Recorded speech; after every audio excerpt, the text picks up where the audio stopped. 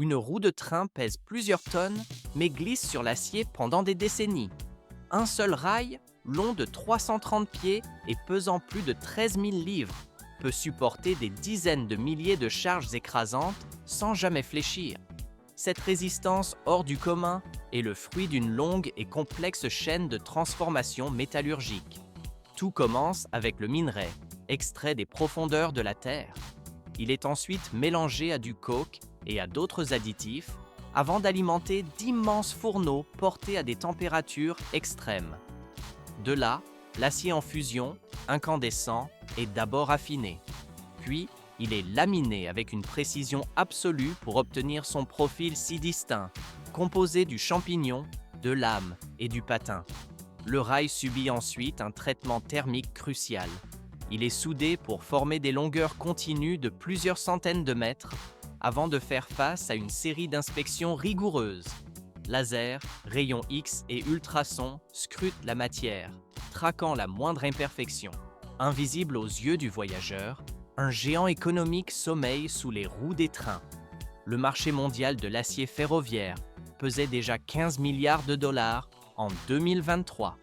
Et selon les prévisions, cette valeur pourrait grimper jusqu'à près de 20 milliards de dollars d'ici 2032. Ces chiffres traduisent l'ampleur des investissements injectés dans les réseaux ferrés. C'est particulièrement vrai dans les régions où l'infrastructure se développe à grande vitesse, comme en Asie, mais aussi aux États-Unis. Là-bas, la modernisation de plus de 140 000 miles de voies est devenue une priorité stratégique. Du côté de la fabrication, les ordres de grandeur sont encore plus vertigineux. Chaque année, le monde produit environ 2,1 milliards de tonnes courtes d'acier brut. Rien qu'aux États-Unis, les aciéries produisent des millions de tonnes par an. Une part considérable de cette production est ensuite façonnée en rails, destinés au marché intérieur comme à l'exportation. Mais ces barres d'acier ne sont pas un produit ordinaire. Elles sont conçues pour supporter pendant plus de 20 ans les charges colossales et répétées des convois qui les parcourent. À bien des égards, chaque rail fonctionne comme une ligne de vie pour nos infrastructures modernes. C'est lui qui garantit la stabilité, la sécurité et l'efficacité de l'ensemble du réseau ferroviaire. Il glisse sous les roues des trains, lisse et parfait. Pourtant, son voyage ne commence pas dans une usine, mais au plus profond de la Terre. Son ingrédient essentiel est le minerai de fer. Pour l'extraire, d'immenses mines à ciel ouvert sont creusées à même le paysage. Ici, des pelles hydrauliques, aussi hautes qu'un immeuble de 3 étages, soulèvent des dizaines de tonnes de roches en un seul mouvement. Mais avant que les machines n'entrent en action, les ingénieurs doivent forer des trous de plusieurs dizaines de mètres de profondeur. La précision est millimétrée, car ces cavités seront remplies d'explosifs industriels. L'explosion elle-même est tout sauf aléatoire. Chaque charge est calculée avec soin pour que des milliers de tonnes de roches soient fracturées, tout en laissant le minerai intact. Une fois la poussière retombée, les camions et les pelles reprennent leur balai, transportant le minerai vers la station de concassage primaire. Dans certaines zones géologiques, l'extraction se fait sous terre. À l'intérieur de tunnels renforcés, le minerai est raclé, chargé sur des convoyeurs ou de petits wagons, puis acheminé vers la surface. Les machines fournissent la force brute, mais l'humain reste le cerveau de l'opération. Il calcule les charges explosives, guide les engins, surveille la sécurité et inspecte chaque chargement. Chaque tonne qui sort de la mine est bien plus qu'un simple tas de cailloux. C'est la matière première de l'acier et, à terme, des rails qui transporteront les trains en toute sécurité pendant des décennies. Le bruit est assourdissant, une symphonie de métal contre la pierre. C'est ici que la roche brute entame sa première métamorphose. Une fois extrait de la mine, le minerai ne peut pas être utilisé immédiatement. Ces blocs de roches massifs doivent d'abord passer par une étape essentielle, le concassage. À l'intérieur des usines de traitement, de puissants rouleaux d'acier et des broyeurs à marteau fonctionnent en continu, réduisant des rochers de plusieurs dizaines de tonnes en petites particules uniformes. La taille de ces particules n'a rien d'un hasard. Elle est rigoureusement contrôlée. Si les morceaux de minerai sont trop gros, ils ne fondront pas complètement dans le fourneau. S'ils sont trop fins, Le mélange devient instable lors de l'assemblage. C'est seulement lorsque le minerai atteint la granulométrie précise qu'il peut passer à l'étape suivante, où il est mélangé avec du coke et des fondants. Dans d'immenses chambres de mélange, des pales géantes brassent la matière sans relâche, garantissant que chaque grain de minerai et d'additif est réparti de manière homogène. Cette étape peut sembler simple, mais elle est critique. Elle assure l'équilibre de la composition chimique du mélange, posant les bases d'un acier doté de la force et de la durabilité exigées pour un rail. À partir de ces particules soigneusement préparées, la transformation vers l'acier commence.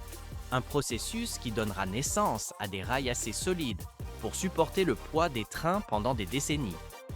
Ici, la matière solide redevient liquide dans un déchaînement de puissance. Nous entrons dans le cœur incandescent du processus, la fabrication de l'acier. Une fois le minerai finement broyé et mélangé dans les bonnes proportions, le voyage se poursuit vers son étape la plus critique. Au sein des aciéries, des fours à arc électrique et d'imposants holofourneaux rugissent à des températures dépassant les 2900 degrés. Une chaleur suffisante pour transformer le minerai de fer et ses additifs en un flux uniforme d'acier en fusion. Des systèmes d'alimentation automatisés mesurent chaque lot avec une précision de l'ordre du kilogramme, tandis que des capteurs thermiques et des spectromètres surveillent en permanence la composition chimique.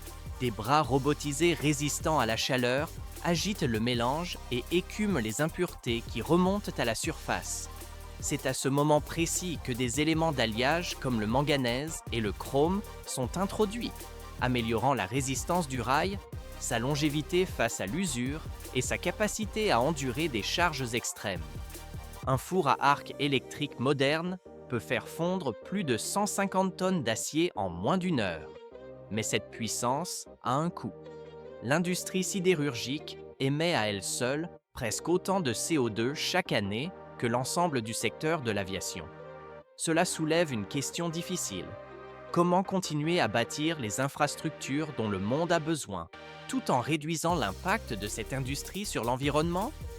Le résultat de cette étape est un acier en fusion de la plus haute qualité, prêt pour sa prochaine transformation. C'est seulement en maîtrisant précisément la température et la composition que l'on peut forger ces épines dorsales d'acier, assez robustes pour servir les voies ferrées pendant des décennies.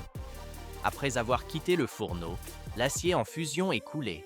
À peine formé, les billettes d'acier entament un voyage au cœur du feu. Cette étape est cruciale pour stabiliser la structure du métal avant le laminage. Dans d'immenses chambres de chauffe, la température est maintenue à des niveaux optimaux, dépassant généralement les 2200 degrés. De puissants brûleurs fonctionnent en tandem avec des capteurs infrarouges qui balayent en permanence chaque point de la surface de la billette. Ils s'assurent ainsi que l'acier ne refroidit pas trop vite. La moindre chute de température pourrait en effet durcir la surface et provoquer des fissures ou des déformations lors du laminage. Une fois stabilisées, les billettes avancent vers la ligne de préparation au laminage. Là, d'énormes rouleaux résistants à la chaleur, entraînés par des moteurs hydrauliques et de lourds réducteurs, commencent à étirer leur longueur et à modifier leur section. Le système est programmé pour ajuster finement la pression et la vitesse de chaque paire de cylindres, répartissant la force de manière uniforme pour éviter toute contrainte localisée. Ce qui rend cette phase remarquable est l'intégration parfaite de la mécanique et de l'électronique. Un ordinateur central collecte les données de dizaines de capteurs en temps réel et ajuste le processus instantanément. Chaque mouvement s'aligne avec la perfection d'un mécanisme d'horlogerie, produisant des billettes allongées, aplaties et prêtes pour la mise en forme finale. Le métal incandescent quitte à peine le four qu'il est déjà happé par la suite du processus. Sur un réseau de convoyeurs à rouleaux thermorésistants, les billettes pénètrent dans le laminoir dégrossisseur. D'imposants cylindres en acier allié, aux surfaces lisses et au large diamètre, les écrasent sous une force de plusieurs milliers de tonnes. L'épaisseur se réduit considérablement, tandis que la longueur s'étire, préparant le métal à un façonnage plus précis. Ensuite, les billettes traversent les cages intermédiaires. où leur profil se dessine progressivement. Les rouleaux y sont disposés en alternance, comprimant et tordant l'acier pour répartir uniformément les contraintes et corriger les défauts dimensionnels. Dans le laminoir finisseur, des cylindres dotés de rainures spéciales sculptent enfin la section classique en forme de I, un design qui confère au rail sa résistance remarquable tout en maîtrisant son poids. Entre chaque étape de laminage, des jets d'eau à haute pression percutent l'acier, refroidissant sa surface, éliminant la calamine et maintenant sa stabilité thermique. Tout au long de la ligne, des capteurs laser mesurent en continu la hauteur, la largeur et la rectitude du profil. Ces données sont renvoyées au système de contrôle central, qui ajuste l'écartement et la vitesse des rouleaux avec une précision absolue. Une des forces de ce procédé est la capacité à changer rapidement les jeux de cylindres, ce qui permet de passer d'un profil de rail à un autre sans interrompre la production. Cette phase est déterminante. Elle fige la géométrie du rail et garantit que chaque pièce respecte les normes exigées avant de passer au refroidissement et au traitement thermique. Même loin du laminoir, l'acier rougeoie encore, vibrant d'une chaleur intense et de tension interne. Le refroidissement et le traitement thermique sont les étapes critiques qui vont forger le caractère définitif du produit. Aussitôt sortis des laminoirs, les rails traversent un système de pulvérisation d'eau à haute pression où une brume dense enveloppe toute leur surface.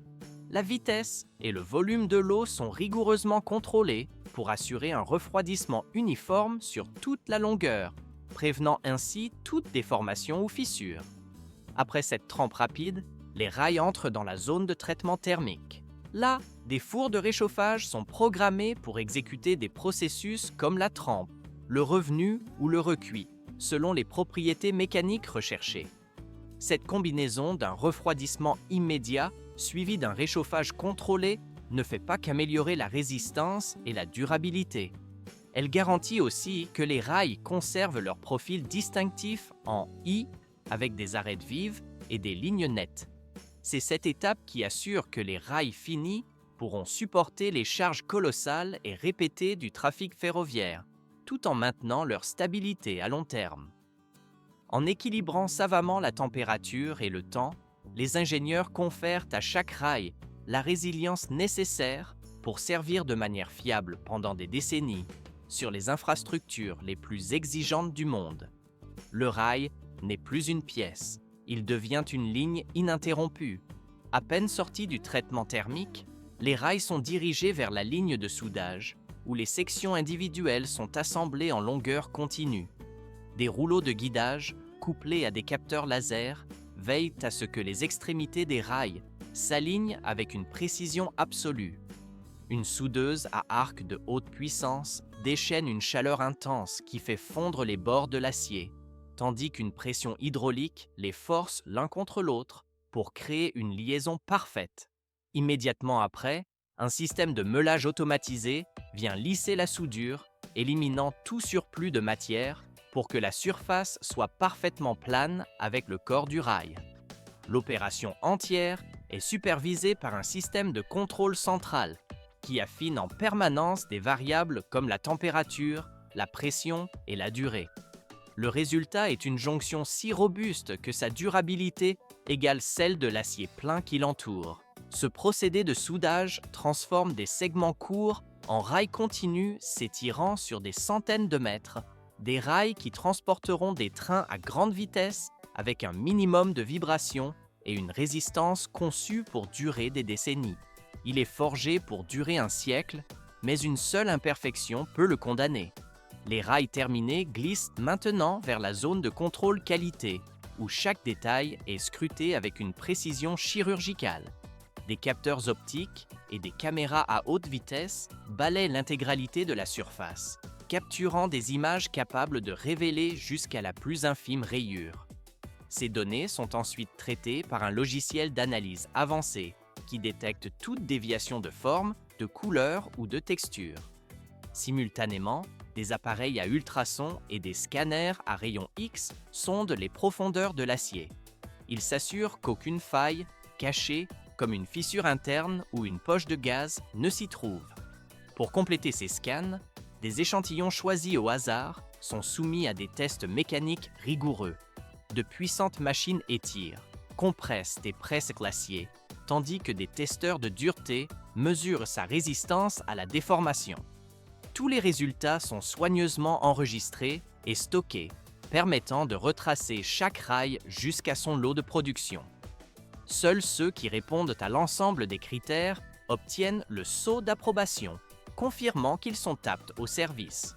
Une fois certifiés, les rails sont autorisés pour l'emballage et la distribution, prêts à être expédiés sur les chantiers où ils deviendront les lignes ferroviaires de demain. Des tonnes d'acier arrivent sur le chantier, immobiles et silencieuses. Mais c'est ici que leur destin se joue, au millimètre près. Leur long voyage depuis l'usine s'achève sur des remorques surdimensionnées. Solidement arrimées pour éviter toute déformation, ces sections d'acier sont ensuite délicatement soulevées par des grues et des chariots élévateurs spécialisés, puis déposées dans une zone de préparation. À partir de cet instant, la machine cède la place au savoir-faire humain. Les équipes d'installation se réfèrent au plan de structure pour guider chaque rail à sa position exacte. Des niveaux laser et des instruments d'arpentage tracent des lignes invisibles, garantissant un alignement et une pente parfaits.